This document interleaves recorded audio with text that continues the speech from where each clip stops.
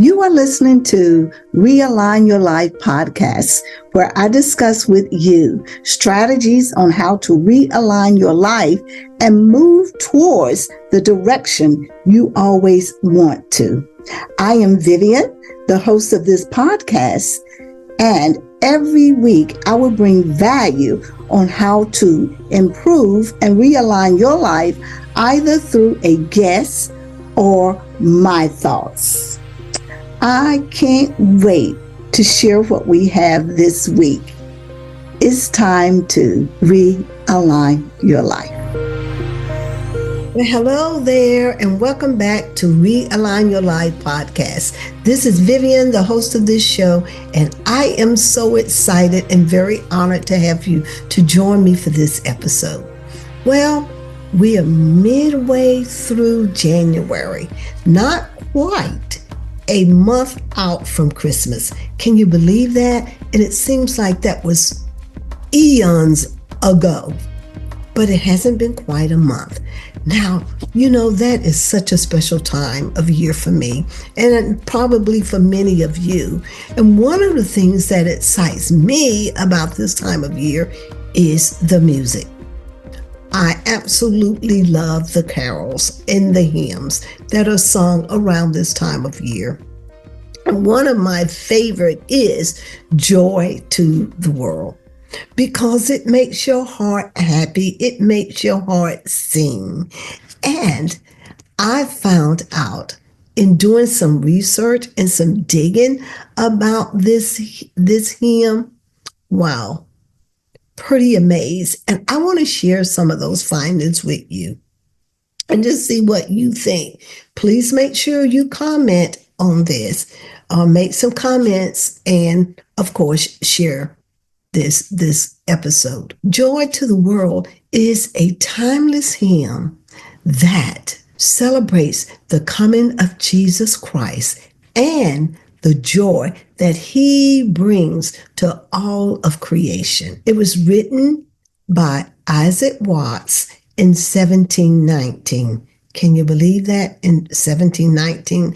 And he was inspired to write this hymn by Psalm 98, which emphasizes the kingship of Jesus the Christ and the redemption that he brings to all of humanity. Even though we associate this hymn with Christmas, it really extends beyond the nativity, emphasizing Christ's eternal reign, his transformative power, and the peace and hope that he brings to the world. Wow. Isn't that awesome? So there are several key themes and meaning that this hymn depicts. So let me just share a couple of them with you.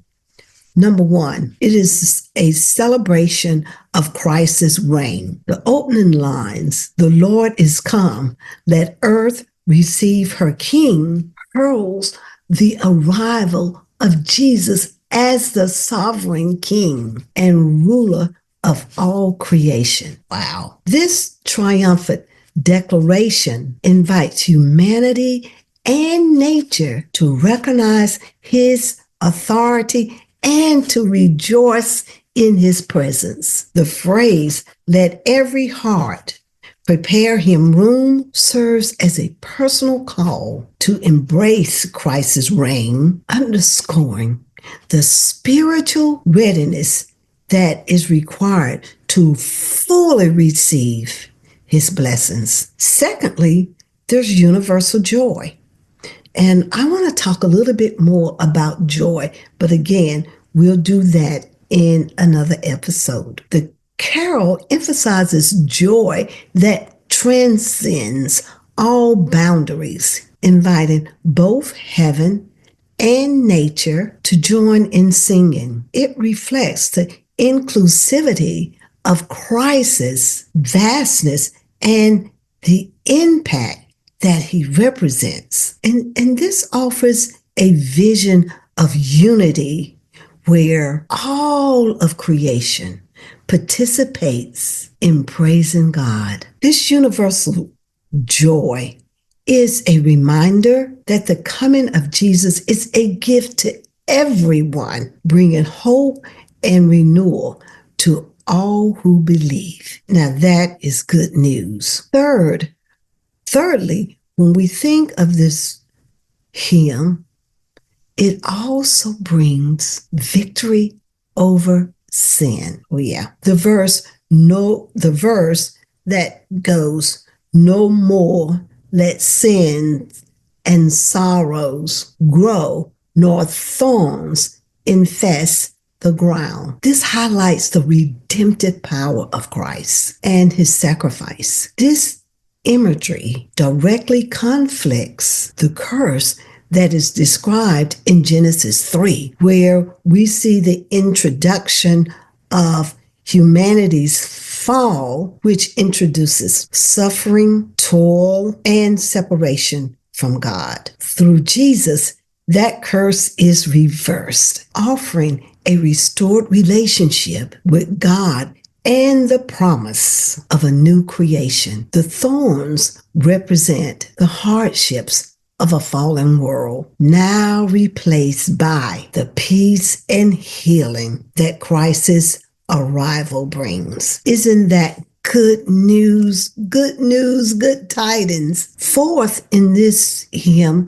we see God's sovereignty. The carol proclaims, "He rules the world with truth and grace," a powerful affirmation of God's just and gracious rule. This line reflects the fulfillment of divine promises to establish a kingdom characterized by justice, mercy, and love. The balance of truth and grace captures the essence of Christ's mission, where righteousness and compassion coexist perfectly under his reign. Good news, people. Good news. And fifthly, we see through this carol a future-oriented hope. While Joy to the World is often sung at Christmas, its message also looks forward to the second coming of Christ. It anticipates the day when his kingdom will be fully recognized and realized, which brings eternal peace and joy. This forward-looking perspective encourages believers to remain steadfast in their faith, trusting in the ultimate victory of God's plan. So in the beginning, I alluded that Isaac Watts was inspired to write this hymn by Psalm 98. So how does this song relate to Psalm 98? Psalm 98 calls for all creation to rejoice in God's salvation and judgment. The Psalm's vivid imagery, such as, "Let the rivers clap their hands, let the hills sing for joy." And they're doing this all together. And that's the 8th verse of Psalm 98. And this is echoed in the carol's jubilant invitation for universal praise. Watts very masterfully reinterpreted these themes to emphasize Christ's role in fulfilling the Psalm's vision by weaving together the Psalm's celebratory tone with Christian theology. Watts was able to create a hymn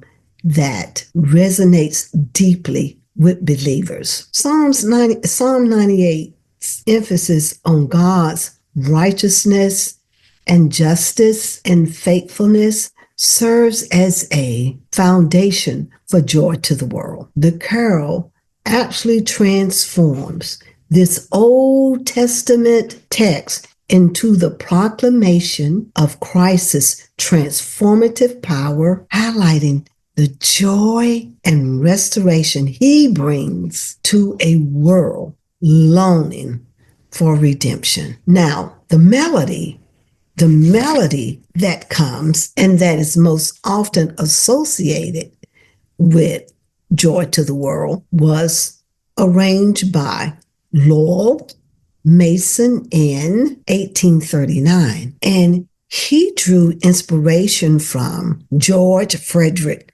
Handel. Mason's triumphant and uplifting tune perfectly complements the lyrics, creating a sense of grandeur and exultation. This collaboration between lyrics and melody has made Joy to the World one of the most enduring hymns in Christian worship. The musical arrangement amplifies the carol's theme of joy and celebration. Its dynamic and energetic composition invites congregations to participate wholeheartedly, embodying the joy proclaimed in the lyrics. And you can see the interplay between the music and the lyrics that elevates the hymn, making it a powerful expression of faith and worship. So, why does Joy to the World resonate? Well, it continues to resonate across generations because it encapsulates the very essence of Christian faith, joy, hope, and redemption. The carol reminds believers that Jesus' birth is not merely a historical event, but a transformative act with eternal significance. Its message often offers comfort and encouragement, celebrating Christ's love, sovereignty, and the promise of his return. Ultimately, Joy to the World serves as both a reminder of the transformative power of Christ's first coming and a declaration of hope for his glorious return. It invites all of creation to rejoice,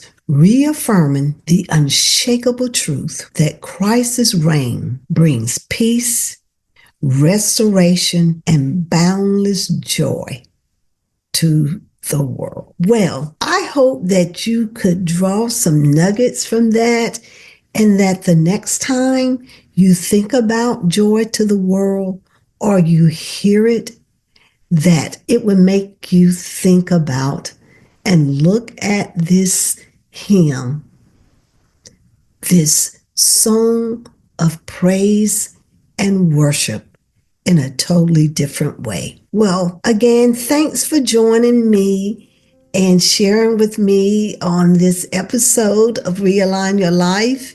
And if you enjoyed it, please make sure that you share it with someone that you believe and that you think that would enjoy it also. Kind of like sharing a good meal, a good restaurant, or a great book. So thanks again for joining me. And until the next time, peace. I hope you enjoyed this episode. The best gift that you could give me is to share this podcast with family and friends. And don't forget to review it. That way, this podcast will grow organically. If you need to reach out to me, please check out my Facebook page, DM me there, or you can email me at godskow@gmail.com. We have upcoming Bible studies that we would love for you to join us in, or if there is a guest or someone that you would like to see me interview on this podcast, please let me know. We are here to work together to realign our lives. Until the next episode, take care, and I look forward to sharing more and more with you as we realign our lives. Peace until next week.